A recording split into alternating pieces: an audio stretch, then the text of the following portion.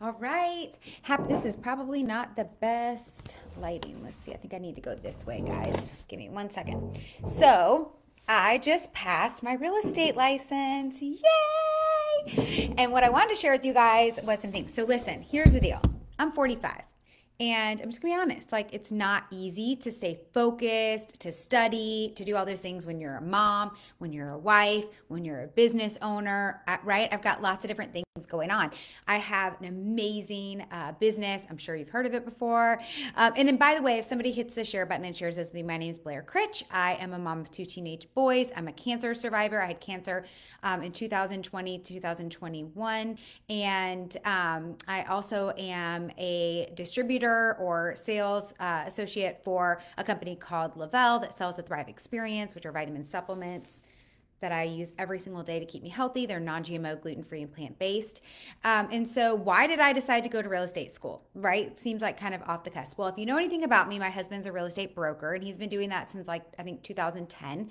And over the last couple years, he's gotten really busy. He has an amazing team. And sometimes he needs me to go help out at open houses or go unlock a door for somebody or be there when another realtor is showing one of his houses. Especially, certain people, when they're listing their house, they don't want just random people in their house with a lockbox. They want to make sure, because they still live there, that somebody's there during the showings. And if you're not a real estate agent in the state of Florida and you go to help with one of those things, you can't speak. Like I can't even answer a question. Like if they say, how deep is the water on this, in this canal, I can't answer it, even if I know the answer. Thanks, Carl, because that's out of my, zone of genius, right? I'm not allowed to do it. It's against the law. So he had asked me if I would just go get my real estate license, which sounds like not a big deal, but being 45 and being post chemo, which has kind of muffled my brain a little bit, if I'm being totally honest, like that whole chemo brain is real. I feel like I lost a lot of brain cells during that. It's really hard for me sometimes to focus. I have a hard time reading books, which is something I actually love to do. And so I was a little bit nervous about going back to school and doing this. And so I decided there's 2-step process in Florida to getting your real estate license. First, you have to pass a class exam, and you could do it online or in person. So I went to Gold Coast. Shout out to Gold Coast in Boca. LaKendra Eubanks is the best teacher I've ever had. She made it so relatable, so personable, and helped me to understand. So after a week and a half, so I had to go to class Monday through Friday from 9 to 6, and then the following week, Monday and Tuesday, 9 to 6. And then on Tuesday, we did our exam. I passed that. Yay. So I never have to take that class again. And then today, I took the state exam, which is totally separate. And so I ended up passing that. Yay. But I want to share with you guys a couple of things that I learned along this journey that really helped me. So if you need any focus, any clarity, or you just have maybe a big project going on, whether it's work or at home or whatever, I'm just going to give you a few things that really helped me. All right. So the very first one is setting up expectations ahead of time. So one of the things that we did in our house was we all sat down together and just kind of went over this. Now, my older son's off at college. My younger son's a junior in high school. So obviously they don't need me as much as they used to, but there's still lots of questions and doing this and doing that and dinners and breakfast and making lunches and all the things, right? So we just sat down and I was very clear about what I was going to be able to do and not be able to do. I set up the expectations instead of being annoyed by everybody else, because old Blair would have just gotten annoyed. Old Blair would have been like, I'm in class this week. Can't you make your own dinner? I'm in class this week. Couldn't you have picked up the mail? I'm in class this week. Couldn't you have emptied the boxes that came in from Amazon? But instead, I went over everything that I really could appreciate that they would do to help me during this time. And I laid it out there, including to my husband, which I think a lot of times when you're married, we do not express our expectations. Instead, we want to play Prince Charming and, all these things and pretend like, well, he should just know that. He should know what I need, or she should know what I need. But the reality is, just speak your truth. What do you need? Be honest and allow them the opportunity to do those things for you. So that's my first piece of advice. Second piece of advice is mental clarity is important. And listen, if you are in menopausal age, I've been talking a lot about menopause on my Instagram, on my Reels, on my TikTok, on my Facebook.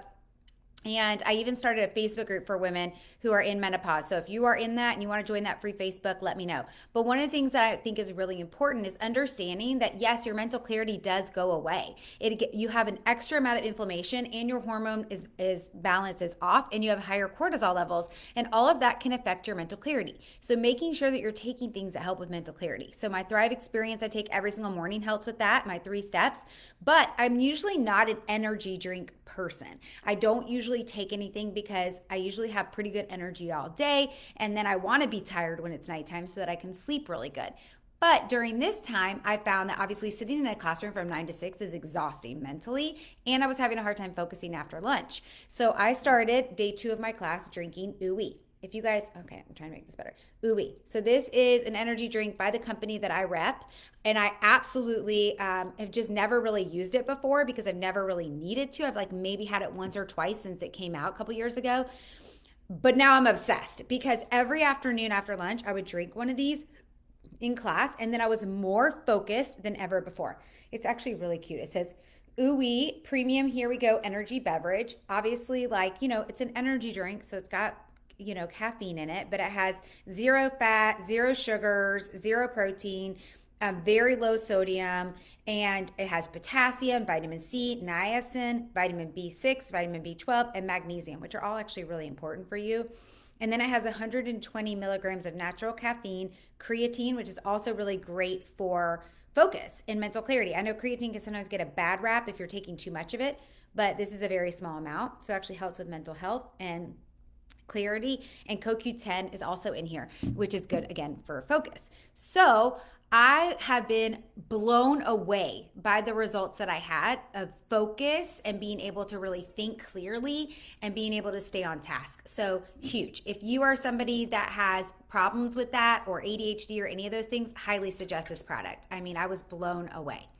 So that's the second thing I wanted to share with you guys. Third thing is letting go of all the other things, which women, this is very hard for us. Men, some of you guys are really great at this and some of you maybe aren't. But I know for me as a woman, I walk into my house and I see all the things that need to be done.